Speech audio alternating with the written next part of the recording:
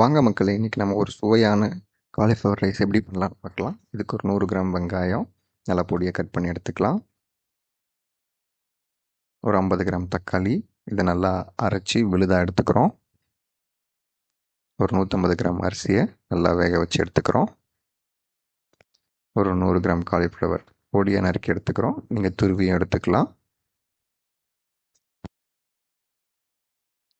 துருவி வச்ச காலிஃப்ளவரை ஒரு 5 நிமிஷம் வெதுவெதுப்பான தண்ணியில் போட்டு எடுத்துக்கிறோம். கரம் மசாலா, காஷ்மீரி மிளகாத்தூள். இப்போது ஒரு 2 டீஸ்பூன் நல்லெண்ணெய். நீங்கள் எந்த எண்ணெய் வேணால் யூஸ் பண்ணிக்கலாம்.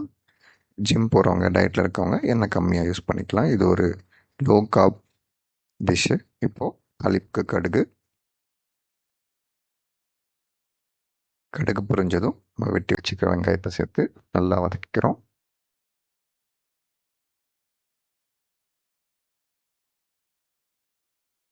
வெங்காயம் ஒரு 30% குக் ஆனவுடனே இது கூட ஒரு 3 பல் பூண்டு நல்லா பொடியாக நறுக்குனதை சேர்த்து நல்லா வதக்கிக்கிறோம்.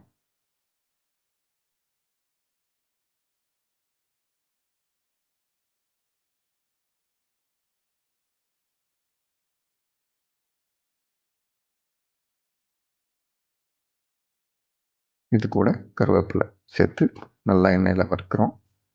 இது நல்ல எண்ணெயில் ஒரு 80லேருந்து 90% நல்லா வதங்கணும். நல்லா வெங்காயம் பூண்டும் மணம் வரணும். நல்லா எண்ணெயில் சுருங்கி வதங்கணும். அது முடிக்கும் நல்லா மிதமான தீயில் வச்சு நல்லா வேக வைக்கிறோம்.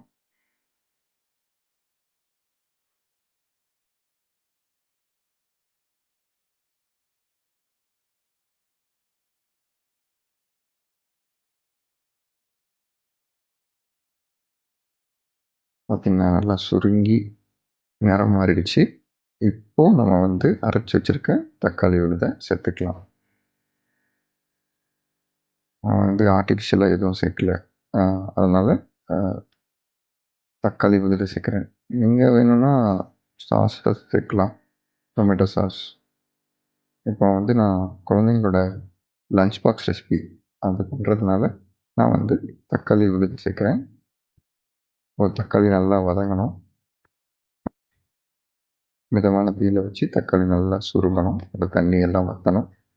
இது கூட 1/2 டீஸ்பூன் கறி மசாலா, 1 டீஸ்பூன் காஷ்மீரி மிளகாத்தூள். நான் காரம் குழந்தைங்களுக்கு பண்ணுறதுனால காரம் கம்மியாக இருக்கணும்னு காஷ்மீரி மிளகாத்தூள் சேர்க்குறேன்.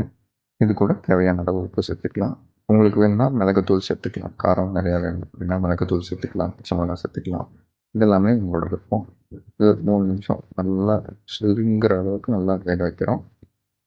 இது கூடவே கொஞ்சமாக நீங்கள் நாட்டு சர்க்கரை சேர்த்திங்கன்னா அந்த புளிப்பு, தக்காளியோட புளிப்பு, அந்த காரம், அந்த இனிப்பெல்லாம் சேர்க்கும்போது நல்லா சுவையாக இருக்கும். இப்போது இது கூட நம்ம வெட்டி வச்சுருக்க காலிஃப்ளவரை சேர்த்து நல்லா வதக்குறோம். ஒரு 5 நிமிஷம் மசாலாலாம் நல்லா இறங்கி வதங்கணும்.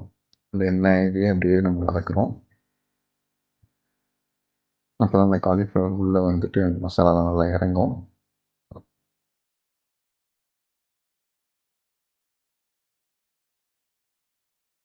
இப்போ ஒரு 150 ml சுடு தண்ணியை சேர்த்துக்கலாம். காலிஃப்ளவர் நல்லா வேகிறதுக்காக நம்ம இப்போ சேர்க்குறோம்.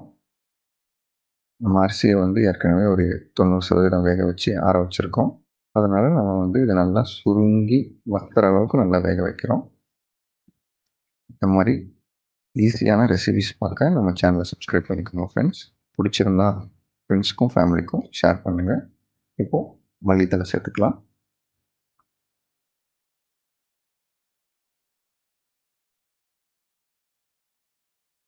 காலிஃப்ளவர் எப்பயுமே சில்லி அந்த மாதிரி, கோபி மஞ்சூரியன் அந்த மாதிரி இல்லாமல் இப்படி பண்ணி கொடுங்க. கண்டிப்பாக குழந்தைங்களுக்கு ரொம்ப ரொம்ப ரொம்ப பிடிக்கும். ரொம்ப ஈஸியாக பண்ணிடலாம். காலையில் அவசரமாக குழந்தைங்களுக்கு என்ன பண்ணி கொடுக்கணும், நியூட்ரிஷியஸாக பண்ணி கொடுக்கணும்னு யோசிக்கிறவங்க கண்டிப்பாக இந்த ரெசிபியை ட்ரை பண்ணி பாருங்கள். இப்போ பார்த்திங்கன்னா நல்லா தண்ணி வற்றிருச்சு. இந்த சமயத்தில் நம்ம வேக வச்சுருக்க அரிசியை சேர்த்து உடையாமல் மெதுவான தீயில் வச்சு நல்லா கிளறி எடுத்துக்கலாம்.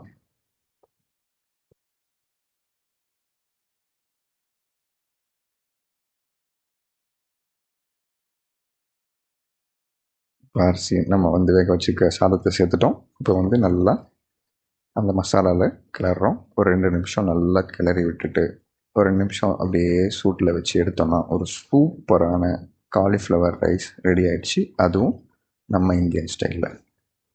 இந்த வீடியோ பிடிச்சிருந்தா மறக்காமல் சப்ஸ்கிரைப் பண்ணிக்கோங்க. ஃப்ரெண்ட்ஸ்க்கும் ஃபேமிலிக்கும் ஷேர் பண்ணுறேன். Thank you friends.